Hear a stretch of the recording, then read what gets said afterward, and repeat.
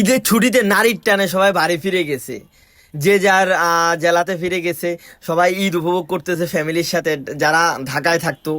তো এই অবস্থার মধ্যে ঢাকা শহর একেবারে ফাঁকা বললেই চলে। কারণ যেই ঢাকা শহর জ্যাম জটের শহর বলা হয়, ঢাকা শহর এক এক রাস্তার মধ্যে লক্ষ লক্ষ গাড়িও দেখা যাইতো, ওইসব রাস্তাঘাট একেবারেই ফাঁকা দেখা যাচ্ছে। আমার সামনে হচ্ছে বিজয় সরণি সিগন্যাল। এই সিগন্যালের মধ্যে কেউ জ্যামে পড়ে নাই এমন লোক ঢাকা শহর খুঁজে পাওয়া খুবই মুশকিল হবে।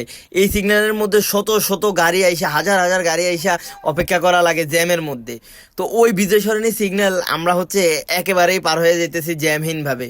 আর এই জ্যামহীন ভাবে ঢাকা শহর চলাটা যে কতটা পরিমাণ ভালো লাগার একটা বিষয়, যারা হচ্ছে এই ফাঁকা বা এই জ্যামহীন ঢাকা শহর চলে নাই তারা কখনো বুঝবে না।